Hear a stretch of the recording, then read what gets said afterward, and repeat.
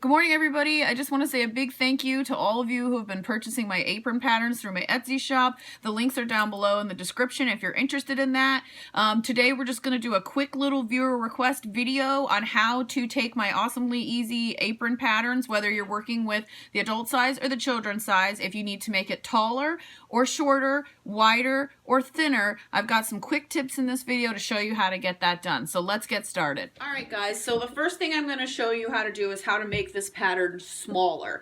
I also want to recommend, don't cut up your original pattern. Get some freezer paper out, take a tracing of your original pattern and work from there. That way if you screw it up, you didn't mess up your original. So set your original aside, write original on it so you've got it marked, so you know that's your base pattern, and then start with a fresh one to adjust. So if I want to make this pattern is my children's size pattern, and it fits, a 4-year-old perfectly, and it can go up to a 7 or an 8-year-old.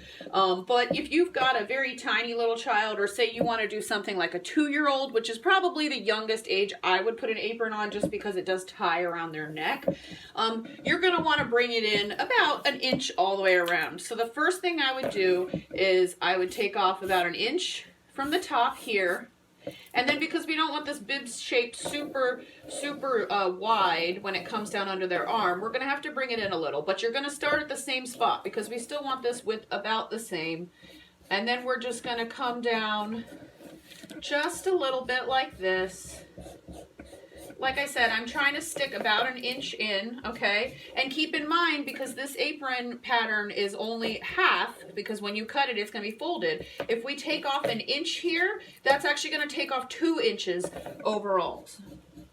So we're going to come down like this, an inch off the top, an inch below the waist, and just an inch all the way down and around, doing the best you can to try to preserve that nice curved shape. That right there should get you to a much better size for a little child. Now here is, in comparison, here's just a chintzy art smock that I had lying around from the daycare. These fit 2-year-olds really well, and as you can see, the length on it is perfect.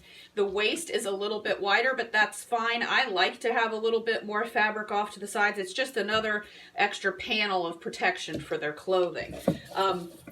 The other thing that I should mention is basically, if you're really concerned, like your child is just a really small child or just a random kid, the measurement that you can take from here to here is you'd want to take your measuring tape and put it right in the center of their, their collarbone, their breastbone, and then measure down as far as you want it to go. Do you want it to come above the knee, below the knee, whichever. My typical apron pattern is 21 inches. We took this down to 19 inches.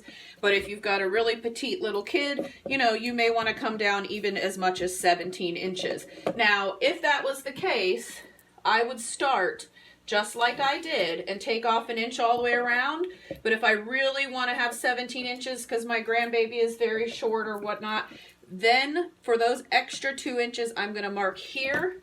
I'm going to keep this the same, and I'm just going to shear off that bottom like that. So I'm not going to take any more ever than an inch off the top of the bib, because this area of the torso on pretty much every human body is fairly long. So we're going to take that. If it needs to get even shorter, you don't want to have no bib left. We're going to take it off of the bottom. Alright, now, if we want to make this pattern bigger, if your person is usually if I want to make it bigger, I will keep the bib about the same. I find that this bib area length for both the adult and children's aprons works very well. One thing I should mention, if someone is extremely tall, you can make the neck straps longer. You can also make the waist straps longer if they are a wider person.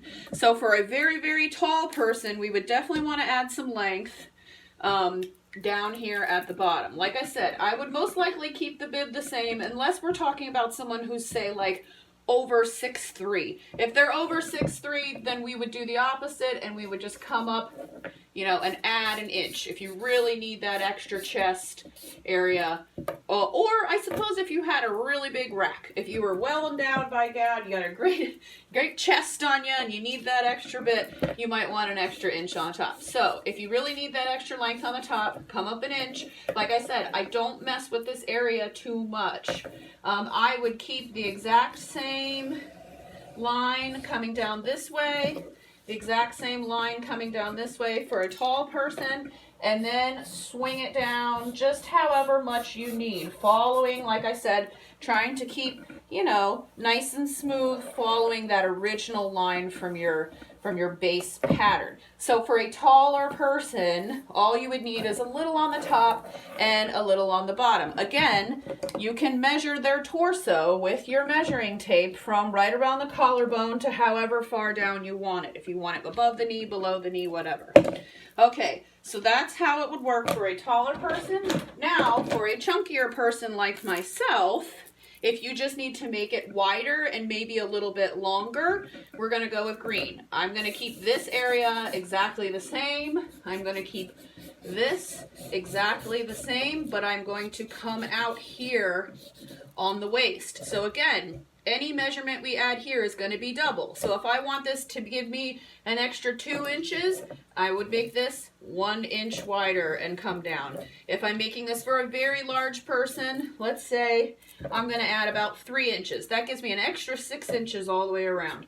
And again, I'm using my black line, my original pattern shape, just to kind of guide me. So if this is someone who's very chunky but fairly short, I would keep my distance over here and then try to bring the line in as close as possible to my original marking. So we just have a little bit of an extra wing out here for someone who is short and heavy. Now, if they are heavy and also tall, you're going to want to do just like we did here, but bring it down, you know, with a good 3 inch or so margin, following that same shape, and try to bring it down that way.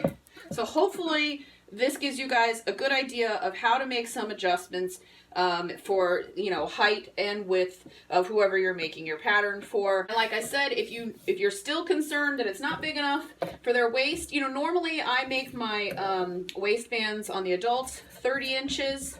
A lot of times for my own, I will actually make them 36 inches. That's 3 feet on either side. That gives you a nice long waistband.